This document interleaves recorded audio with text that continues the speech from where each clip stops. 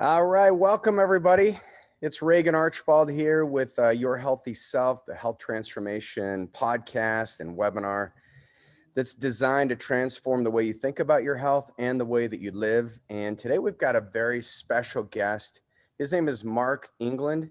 He's a TEDx speaker. He's the co-founder and head coach of Procabulary and Enlifted. Mark has been researching, presenting, and coaching on the power of words and stories for the past 13 years. He holds a master's degree in education and was an elementary school sports teacher before getting into personal development. So Mark, it's really good to have you on the show. Welcome. Thank you, Regan. Thank you for having me. Yeah, and our mutual friend Kyle Gray connected us, and he just has nothing but phenomenal things to share about you, and you've done a lot of your own personal experiences in your own life, in your own journey. What are some things you're working on right now? Well, we got some buddies in the steel mace community, which is it looks like, so on the personal side of things. What am I doing for my personal development? I'm swinging maces. A mace is it looks like, because it pretty much is a medieval weapon.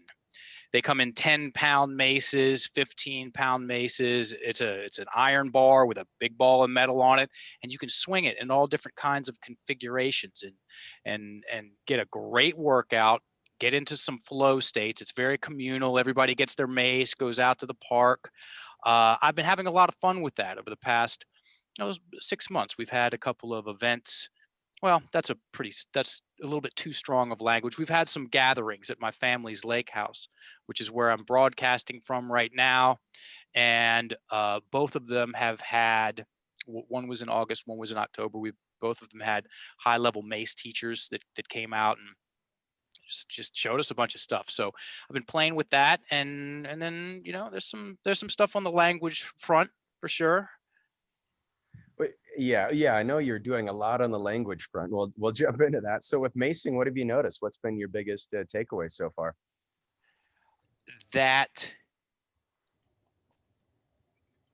and we have a brand for language and narrative development that has been for the fitness industry. So I've had the pleasure of knowing some people that are quite influential in the fitness industry, and they always talk about grip strength, or a lot of the times they talk about grip strength and how that's a determinant for health and longevity.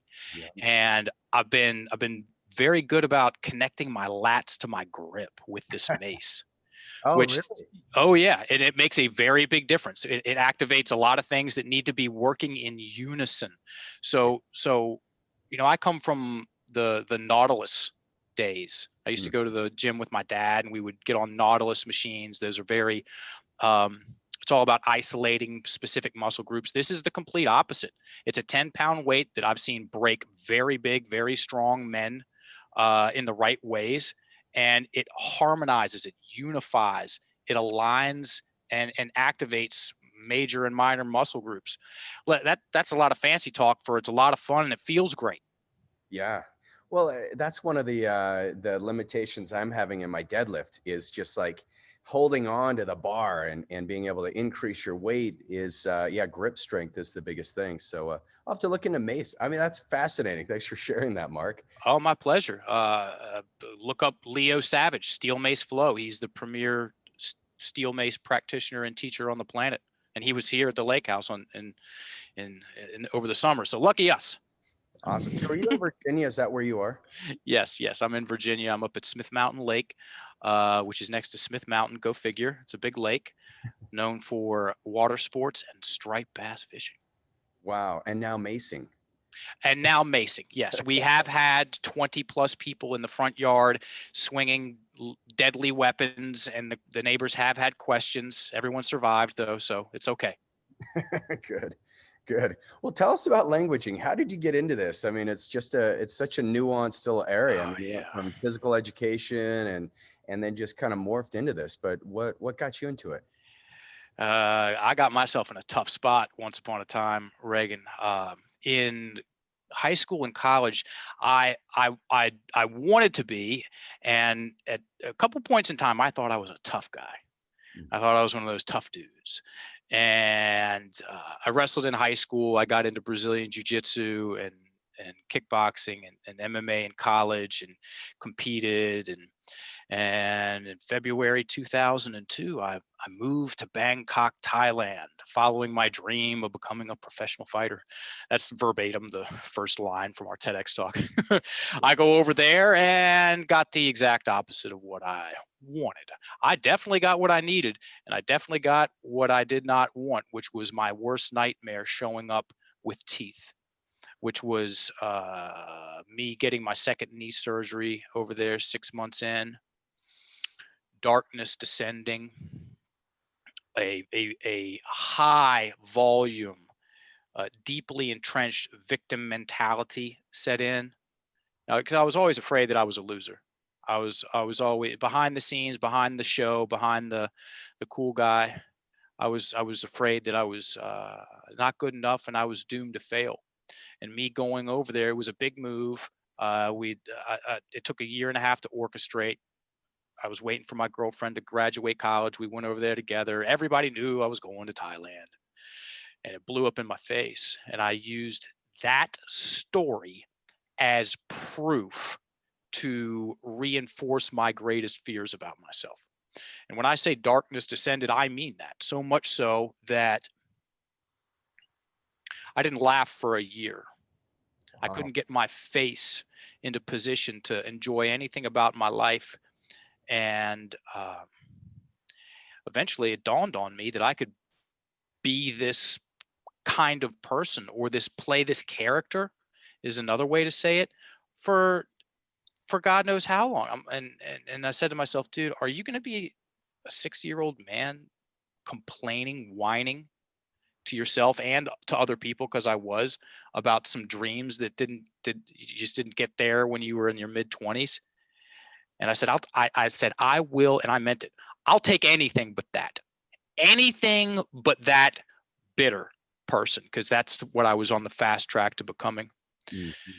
And so I was teaching elementary school in Bangkok, Thailand, at an international school. Great gig, love the kids, on a side note.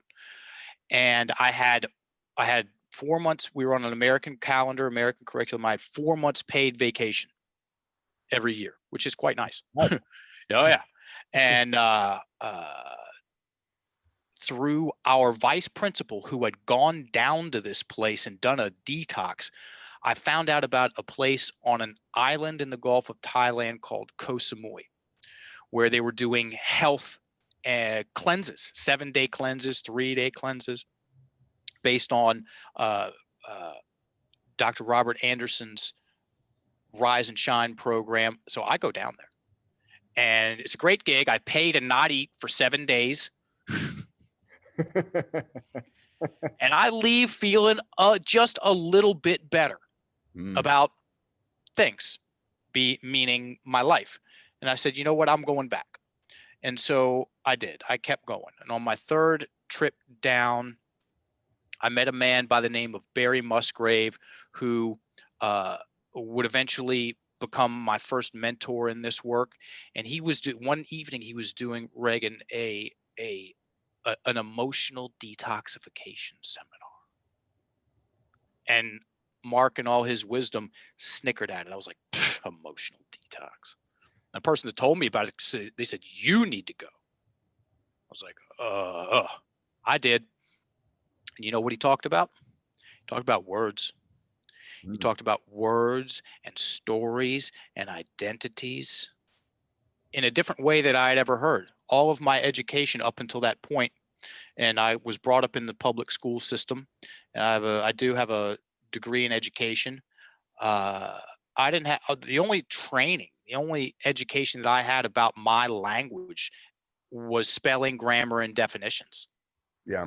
Nothing to do with how my words influenced how I see myself and how I feel about myself. How words majorly influence the story I tell myself about myself. So this was a whole new world of Well, magic. We'll get to that in a second. And he said, hey, anybody dealing with something? This woman raised her hand, and it was true fact, a bad breakup, a really bad breakup, a public, humiliating, bad breakup that anybody would have been pissed about. And he took her through this story. He said, tell me the story. She went through the story. Angry and crying. He took her through that story the second time, and he changed some of the words, and it started to go from very personal to more about him, less about her. Yep. And now she's sad, no tears. Ah. Everybody's leaning in now. And then he takes her through for a third time, changes a very important part of the story that made the whole thing, again, very personal. She's not good enough, left her for this other girl in front of everybody. Turned the thing on its head, and so much so that she goes, well, that was never going to work out anyway. The guy was actually kind of weird. And yeah, 10 minutes. That took less than 10 minutes. Oh, less than 10 minutes. Yep. And I said, that's not my story. And that's my story. That was in the summer of 2003. And I've been in the game since, full time. So what was your realization when you were there? You saw her bitterness just dissipate within a 10-minute time frame. And you must have been looking in the mirror, apparently is what it sounds like. Yeah. It wasn't, realization's a strong word. Seeing that happen gave me a grain of hope. It gave me a grain of hope, and it put me, it pointed into a direction of the unknown that there was a good feeling attached to it. And for the first time in my life, in an entire year, I had no good feelings. I had no good feelings about my life. I had no good feelings about myself. I only had this relentless trash talk story, entrenched victim mentality raging in my head. And this was the first time that I got a minute respite from it. And I went for it. Wow. Because prior to that, I mean, you failed in life is essentially when you're in your 20s, you feel like if you have one failure, your whole life is a failure, right? Yeah. And so you're stuck in that cycle, and then that broke you free. And then where did you go from there? So you said, I'm going to transform. Mark England is not going to be the same Mark England, when you left the emotional detox session. Where did you go from there? I went straight to an internet cafe and printed out an 80-page manual on how to do what I just saw on my own story, because I was so locked up and so guarded that there was not a chance in hell I was going to talk to anyone. But that was the thing that got me. He said, you can do this work on yourself. I said, that's all I needed to hear, bro. See you later. Yep. And the 80-page manual, I went through that a number of times. That night, shortly thereafter, ordered 80 DVDs on how to do this work. Went and studied with the founder of that particular system, which was known as emotional freedom technique, in the summer of 2006 in Denver. And then I moved back. So it was 3 years of study and practice. And then January 17th, 2007, I moved back down to that same spa and was one of the counselors there. I was there for 5 years. And that's where I started my practice. That's when I went pro, January 17th, 2007. Got it. And even though I was terrible at it. But that's when you actually started having customers or clients in and started working with people on it. And what do you find? I mean, for our audience here, what do you find is the thing that holds people up the most in their language patterns? That's a very good question. Well, it depends on the person. There are 3 pillars of what we in vocabulary call conflict language.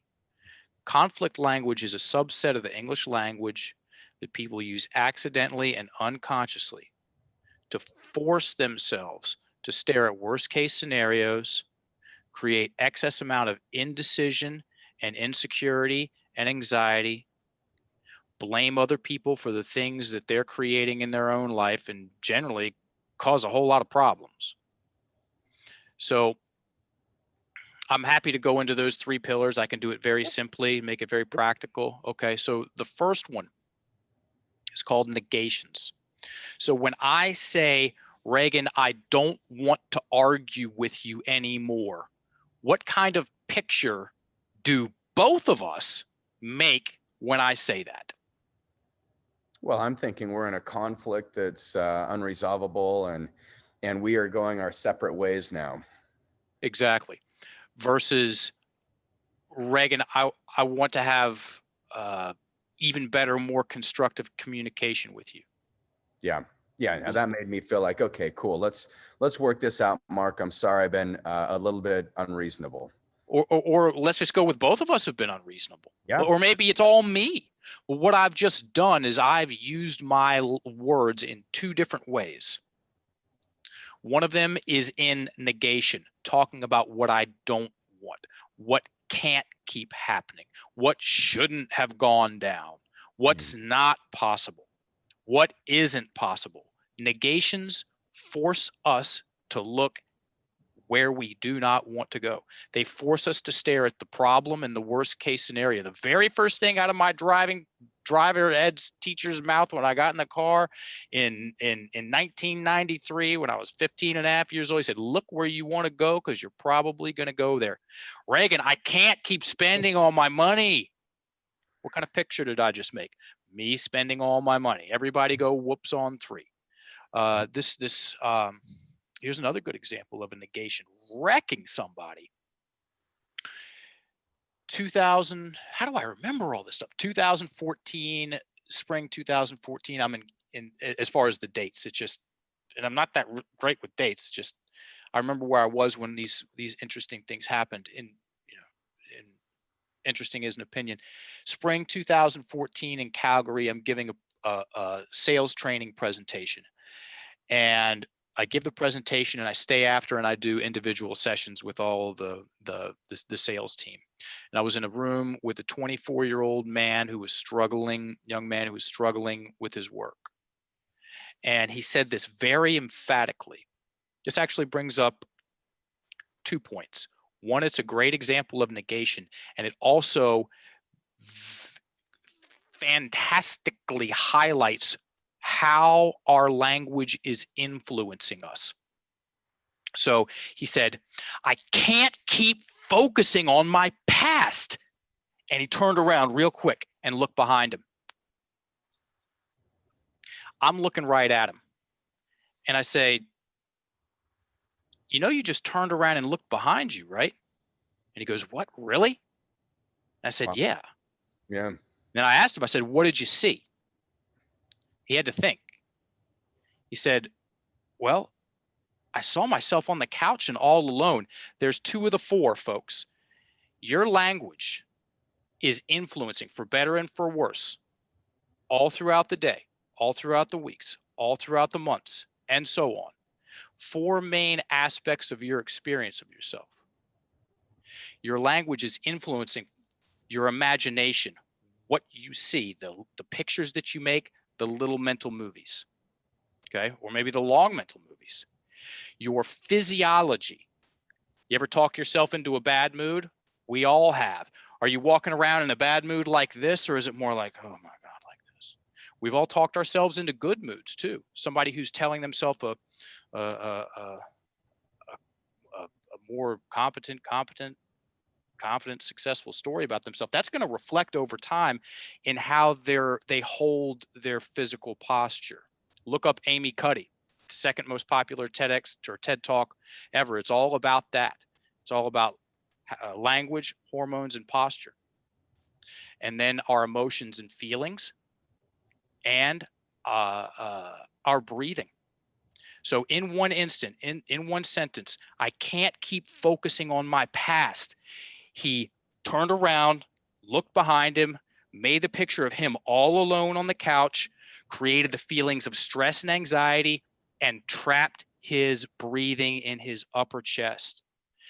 We can go off on a little side tangent, and I will bring us back to the three main pillars. So I reached out this part of the conversation, Reagan, about our language influencing our breathing is absolutely huge. Most people use their language accidentally. I was so guilty of this, accidentally and unconsciously scripting these victim centricities. Okay, focusing on the problem, talking themselves out of opportunity, relentless comparison, uh, uh, and guess what happens? We go into sympathetic nervous system response or stress response. And when someone goes into a stress response, their breathing gets trapped in their upper chest, known as shallow breathing or labored breathing or coastal breathing. Sick breathing is what we talk about it in the Japanese culture. Oh, you call it sick breathing? Sick breathing, yeah. Disease breathing, yeah. 100%. We're talking about actual death sentences. Yep. A sentence, death sentence, a mental prison sentence. Yep. And this is coming from a glitch and a lack of an education about the mechanism, the mechanics of storytelling. So 2000, anyway, 4 years ago, I reached out to some friends in CrossFit about who had the most popular podcast in CrossFit. They all came back with Barbell Shrugged.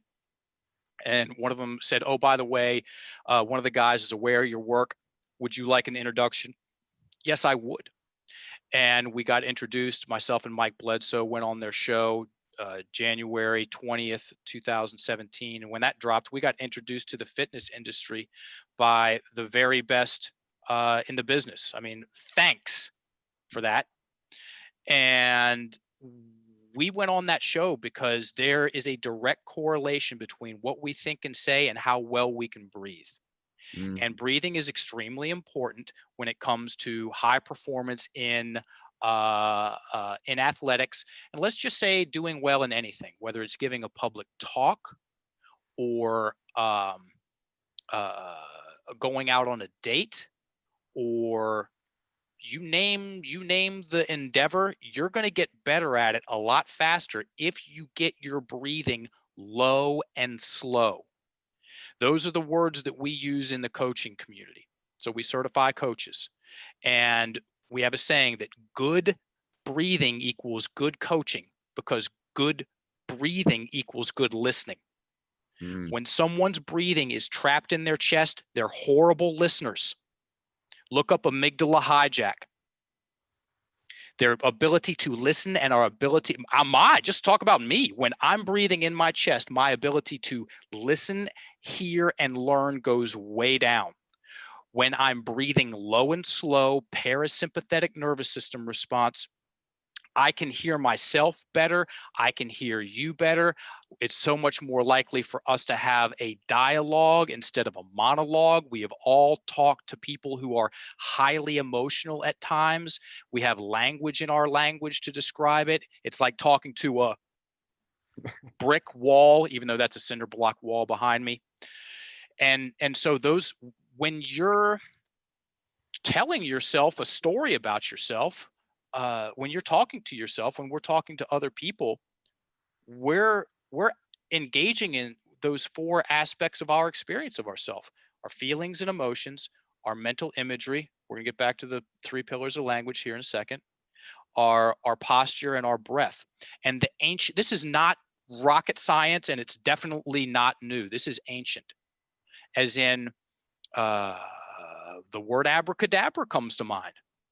When I say abracadabra, Reagan, what do you immediately think of? I think of a magician on the stage, like pulling a rabbit out of a hat. About 0.5% of the population in the United States. They go to Steve Miller Band, but still it's magic.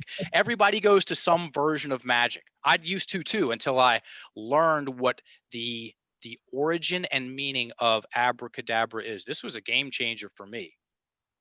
Abracadabra is Aramaic, which is an ancient word or ancient language. It's one of the two languages Jesus spoke. Is a language the original Old Testament was written in. It's still spoken in some parts of the Middle East today. And abracadabra is Aramaic, and it translates to with my word I create, or with my word I influence. Wow. And I said the same thing.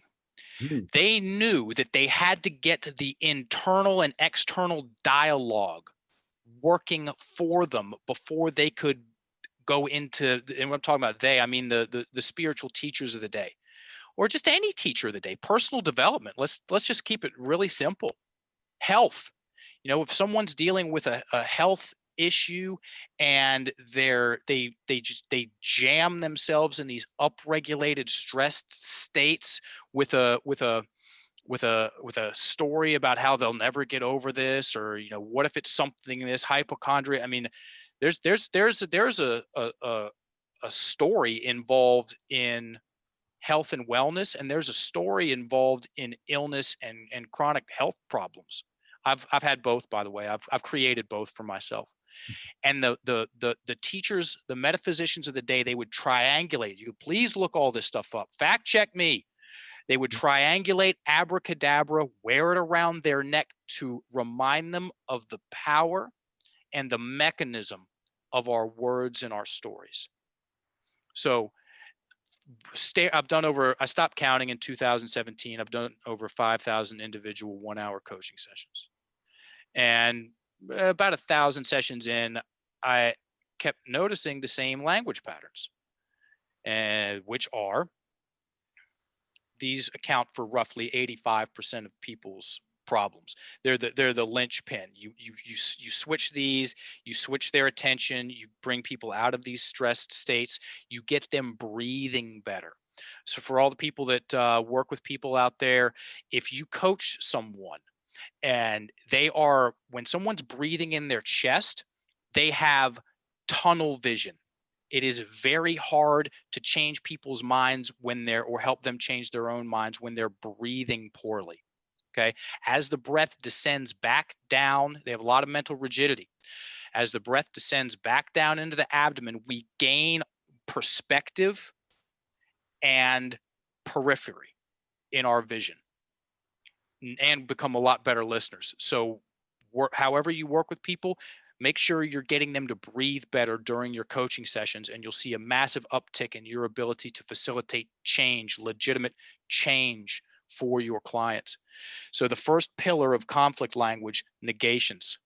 All right. The second one, we'll talk about the second one, then I'll give some advice on the third. As in very practical advice, as in you can practice it immediately. We'll do soft goals and then the soft talk challenge. This is very fun. Okay. So the second one is projections. Negation. You got negations: can't, don't, won't, isn't, not, shouldn't, haven't. Those are the key words. And then projections. Woman comes in, sits down, and tells me the story about her divorce that is years over, and still she's suffering. And there was one key sentence. She said, "He made me think we needed to get married." Right? He made me think we needed to get married. I said, "Please write that sentence down." She did. We kept going. And then we circled back to it. And I asked her, I said, "When you say that, what kind of mental imagery do you make?" And she described, in her words, a victim and villain mental imagery. She's in the picture. He's in the picture. He's doing something to her to convince her that they needed to get married. Hence, the whole thing's his fault. Hence, she's the victim of circumstance. And it's very easy to walk someone out of that when they're ready, especially when they're breathing well. Good luck changing someone's mind when they're chest breathing, folks. Good luck changing your own mind when you're chest breathing. And so I asked her, I said, who feels your feelings? Well, I do. Who believes your thoughts more than you? Well, nobody. So who's thinking your thoughts? Listen, I'm the most simple guy on the planet. And so I said, okay, did he make you think that y'all needed to get married, or did you make you think you needed to get married? And she did. She scratched out the he, put in I, took him out of the picture. So now it's just her and her. And so if she's, here's the great news. It's the best of news. Truth be told, folks, it's the best of news. It's the worst of news. Yes, I'm creating a story for myself. Oh no, I'm responsible for the story, I tell myself. And so because she decided that, she could choose something else. Here's another one. A guy walks in, and most people are doing this all throughout the day, don't even know it, because it's happening right under their nose. Yeah. It's right between their ears. Yeah. My wife never lets me think for myself. Regardless if that's true or false in the totality of the universe, what do I get as far as the input-output response from that statement? She never lets me think for myself. It's the same thing. I get a victim. I get a villain in my mental imagery. I'm on the receiving end. I have to wait for you to change so I can feel better about myself. Hurry up and do it now, please, because I can't do it for myself. Yeah. Right. It's the worst approach ever. And, they embarrassed me. I need her to respect me. They're causing me so many problems. And then the third pillar is called soft talk, which is where all the indecision, and it's not the second guessing, folks. It's the 550-second guessing that gets us in trouble.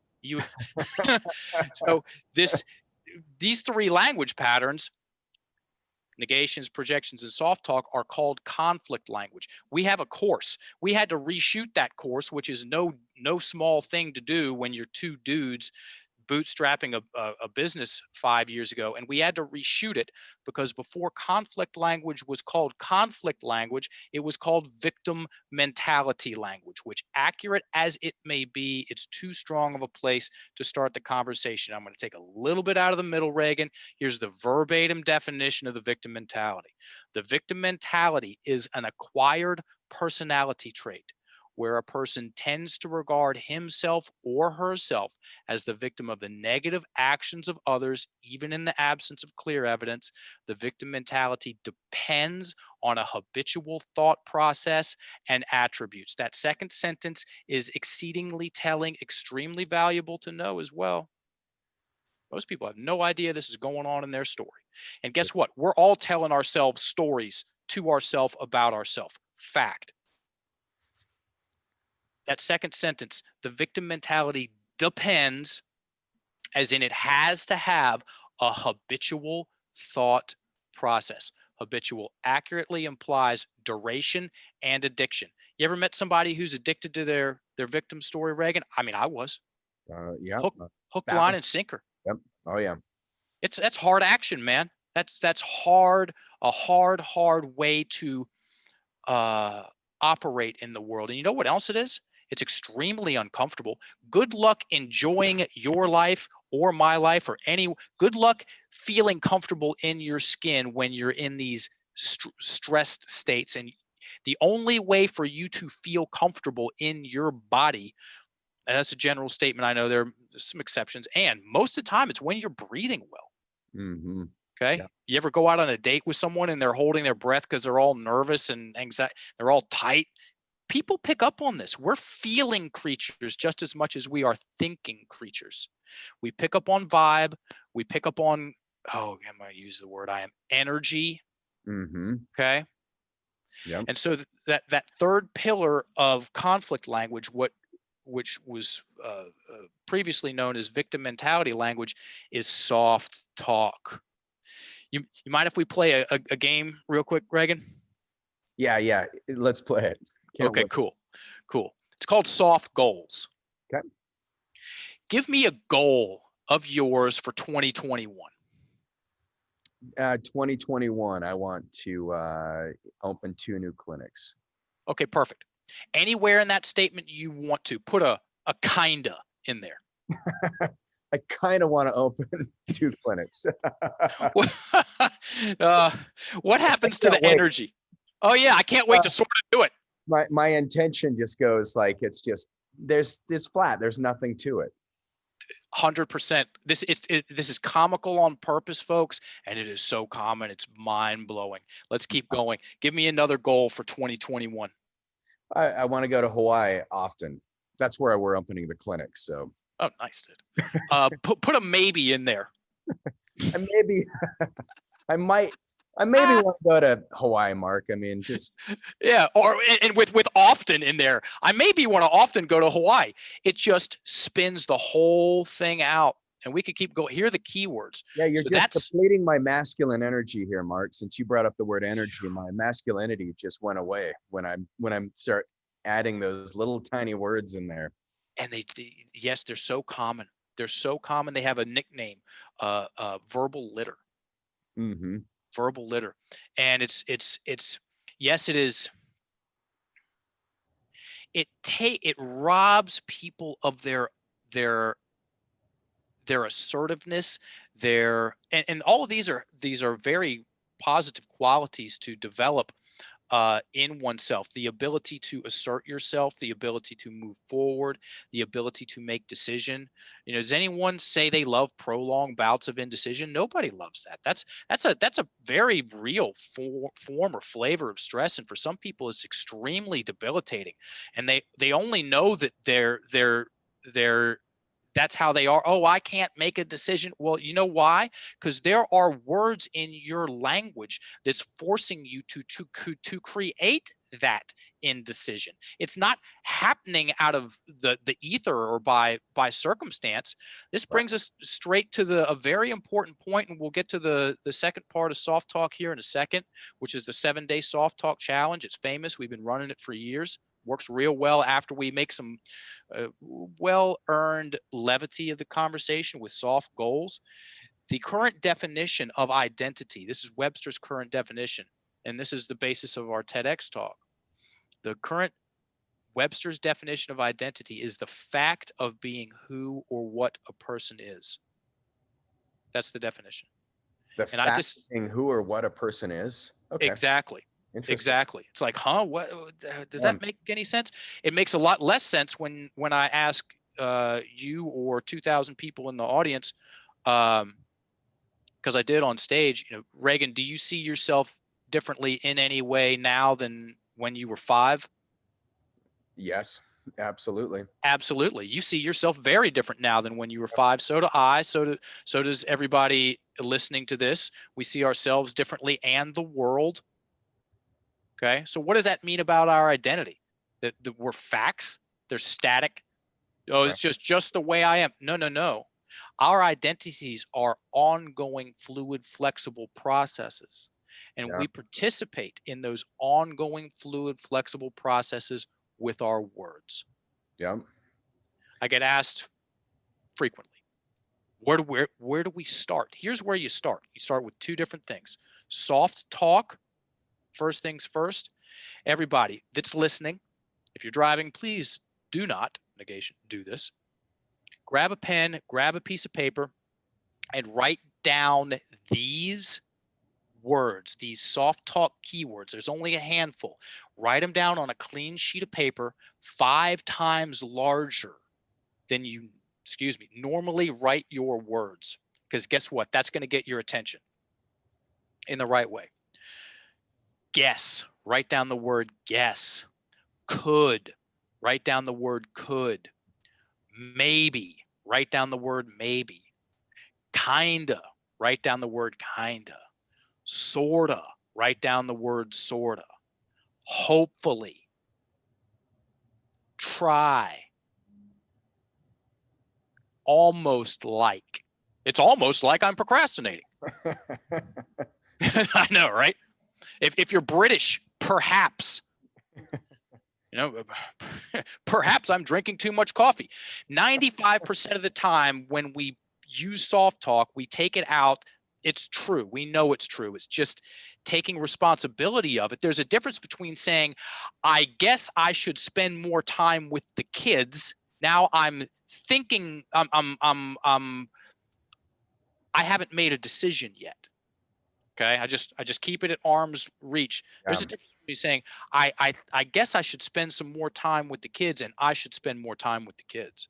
Because now once I've called myself out on it, I've got to make a decision. Right. When you take out soft talk, it's the easiest thing to do. You don't have to go from an affirmation to a negation or a projection to a reflection. You just take the soft talk keyword out and watch what happens.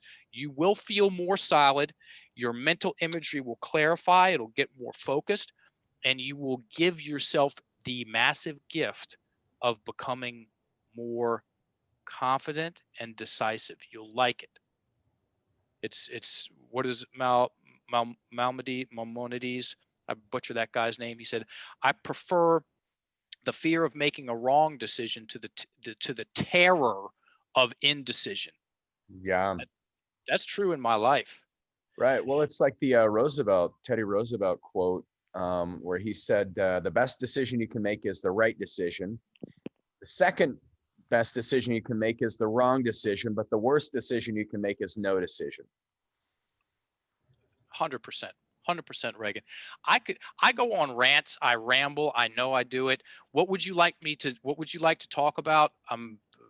Oh, this is okay. So let me just, we're going to open it up for questions, but I'll just, I want to, so our listeners have been plugging things in the chat box. So Cool. yeah, I love what I'm hearing. Laura talked about cognitive behavioral therapy and emotional freedom tapping, excellent resources. Yes. Love that.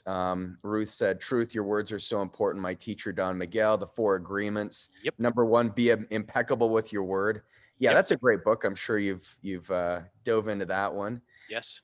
Yeah, love that. Anne talked about, breath work. So we do these, I have a bunch of health transformational challenges. So we have our 100-day challenge, and one of our very first challenge is breathing. So we took them through a Wim Hof breathing. Wonderful. And that was really fun. Yeah, Diane. Hey, Diane. Hey, everybody, by the way. Interesting about deep breathing being able to help you listen better. So important. Breathing does help you listen better. Bev says, Kyle's in Hawaii right now, breathing that power. Yes, he is in Hawaii. And we've been in communication about that. It's awesome. And then Anne said, cool. So we got Kyle's mom, Bev. I don't know if you've met her, but I have met Bev. Okay. Yeah, Bev's on here. That was Bev. So hey, Bev, what's going on? And thank you all for the questions and the comments and listening. It's very, very cool. Yeah, this has been really exciting. I've really enjoyed this. Anne said, so true with decision making. When I tell myself I own my decisions no matter what, I learn from them and make better and better decisions with practice. I trust my instincts, way more empowering versus I'll try it. I'm committed to it is much better. So yeah, everyone's picking up what you're laying down. Good. This is awesome. Byron Katie, I don't know if you've spent much time with her work. She's the grandma. She is the grandma. Yeah, super high level. I mean, she is the crone. She's yes. Christy. Hey, Christy. She said, spend time with kids statement.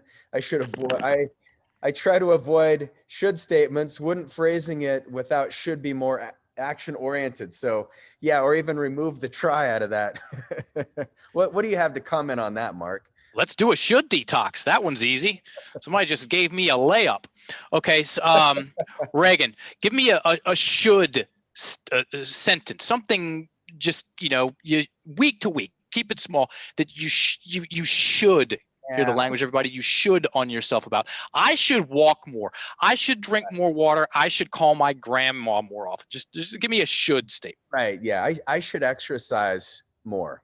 Okay, perfect. And everybody, most people have a should statement comes to mind quite quickly. Play along, pick up a pen, it's fun. Write down a should statement, something singular, something simple, something week to week. Okay, when you say, Regan, I should exercise more, what kind of feeling do you create? A little bit of tension. Like, okay, let's get out there and start moving. Perfect, perfect. All right answers. Now take out the should and put in could. I could exercise more. Any difference in feeling between the should and the could? Well, could creates a lot more creativity. It's like could, then it's like I go right to, okay, when would be a good time? Exactly. How does that look? Maybe I could plan it out, wake up early. I mean, you just your whole imagination gets engaged. Dude, you're nailing it. Let's keep going. Take out the could. Talk about using your language to talk yourself into cool stuff.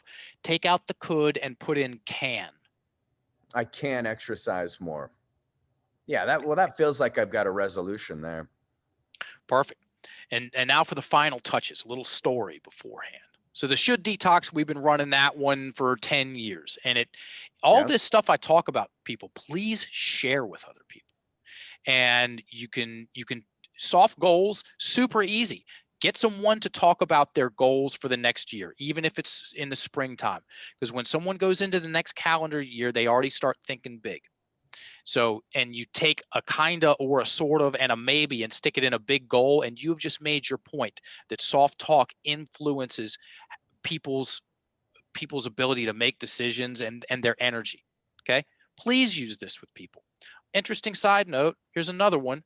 We remember 30% of what we hear.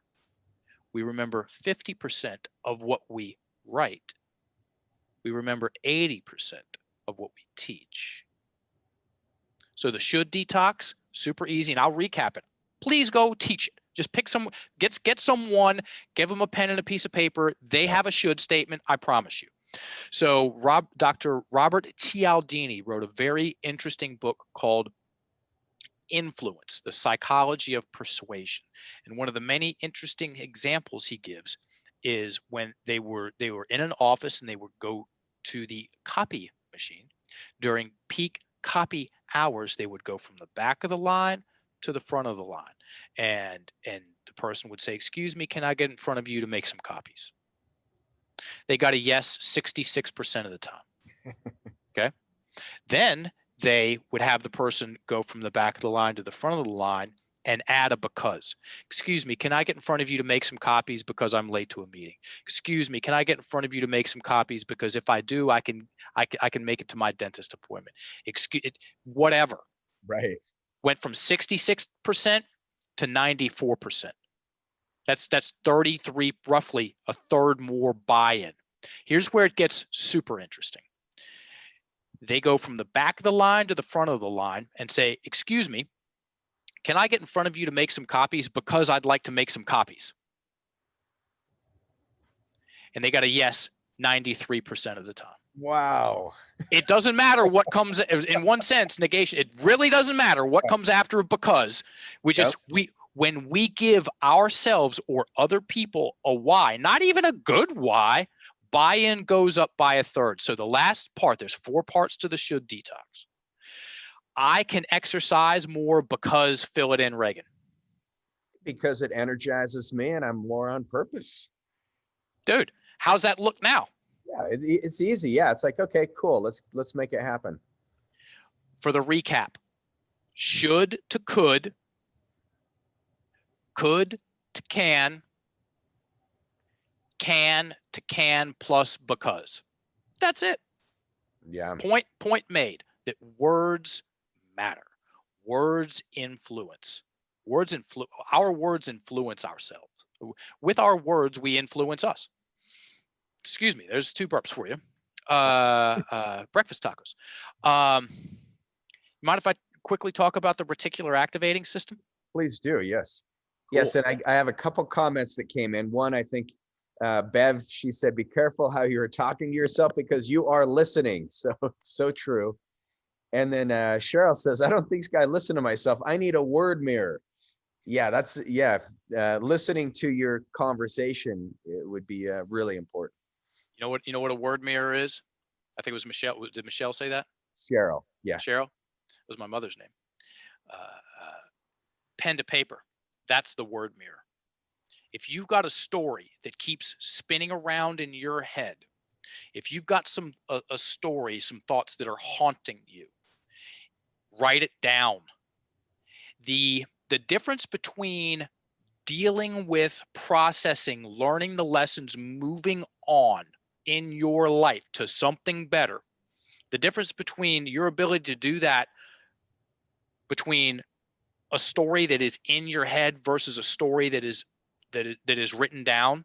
And sometimes that pen can feel like it's 1,000 pounds. Oh, I get it. The difference is massive. When a story is left in your head, it is unchecked. It is seemingly infinite. Where does it start? Where does it end? It's vague, and then it flashes up the worst part. And oh God, what do I do with that? And I either run from it or I fight it. No, you do the hard thing. You take the pen and you write it out conversationally, as in the specific event. What happened? Write it out conversationally. Now it is finite. Now it's got to start and it's got to stop, and you literally have distance. Same thing. This is not a pen. This is a magic wand. You know, who you gonna bet on, Regan? Contestant A or contestant B? I've got all these dreams. Or I have 3 specific goals. Oh, B, absolutely. Why? Because B's got specifics. A is somebody who's got, there's no container for all that energy, all the dreams. Look where I'm at too. I've got all these dreams. I'm up here. And then down here, I've got 3 specific goals. The difference between a dream and a goal, folks, is a dream is in your head and a goal is written down. Yep. That's how you turn a dream into a goal. Pen to paper, regardless of how much it scares you. Yeah. Okay. And when someone, back to the writing out our stories that haunt us, you know, until that's done, you don't even have a draft to hand in. It puts the power, that is where the rubber meets the road when it comes to owning our stories. When you can look back, and this is what I do, it's what I've been doing all day, every day, professionally for 14 years, is helping people with their stories. We've been certifying coaches for the last 18 months. We're deep in this game. The amount of times I've seen people go from all locked up and tense and stiff and tight and the narrow focused, and the story is in their face and they just can't get away from it. Yep. They take a pen and they write that thing down. They take a sigh of relief, of pressure, and then they verbalize it. Another hard thing to do. And then they verbalize it again. They tell the story must be told, folks. Yes. They tell it again slow. They slow down. When someone slows down their rate of speech, you are going to breathe better.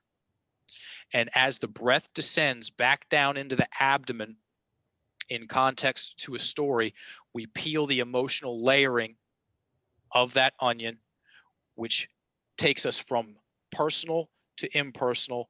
Now I've got distance. Look at the words. Now I've got breathing room, and I can change my interpretation of what that story means about me. Because it's not really the story, folks. It's our interpretation of what that event means about us, and then our repetition of that interpretation. Talk about Byron Katie, which I had the pleasure of. I did a 6-day retreat with her in Kripalu, 2011. She's the best. She said, reality is kinder to us than we are to ourselves. Reality happens once, and we play that thing back 1,000 times and blame life. Yeah, it's so true. So, Mark, I mean, we're coming to the end. I know you've got a really amazing course that you take people through. Sure. You've got a discount code for us, which I really appreciate. That code's next level. But talk a little bit about the course and then the best way for people to reach out to you. Very cool. We have a 21-day online language training course where you learn about the you learn about conflict language and you learn about architect language, because there's a way to use our words to talk ourselves out of opportunity, create problems, anxiety, indecision, and make life real not fun. And then there's a whole other way to use our words to stay focused on the things that are important to us, build up our confidence, create momentum, turn the volume down on the drama, and get things done and breathe better and laugh more and be a better version of yourself. It's done in 21 days. Each lesson is about 10 minutes a day, a 5-minute video, quick quiz, 3 thought-provoking questions. You have access to that course for life. It's called Core Language Upgrade. Go to procabulary.org. Click on courses, watch the 3-minute promotional video. If you want to play that game,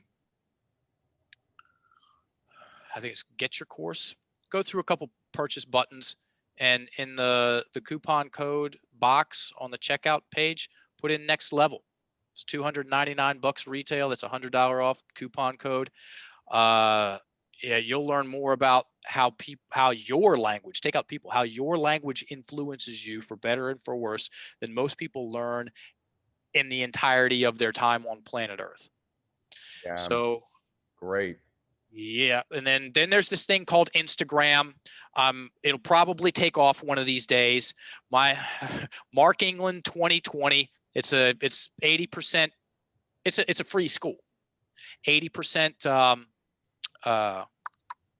educational content and 20% entertainment. And another free resource, I do a 1-hour group complimentary coaching call for a group on Facebook called Story Club. Every Thursday, 4:30 p.m. Eastern Standard Time, Story Club. And the group is awesome. The calls are awesome. Everybody leaves feeling lighter and brighter with a better understanding of the power of their words. Yep, today's Thursday, doing it at 4:30 p.m. The title of today's class is Worst Case Scenarios. So we just go into stories, into stories and change words and change breathing and change identities. Words to stories, stories to identities. You change your identity, you change your actions and your destination. I'm done, even though I could talk for more. This has been awesome. Thanks so much, Mark. And everyone who has been on this, they loved it today. And you guys get on Mark's course, get involved. You know, I'm a big fan of challenges. So get into these challenges. And Mark's got a whole separate genre that I think you guys would really benefit from. So thanks so much, Mark. We'll talk very soon. Okay. Bye-bye, everybody. Dr.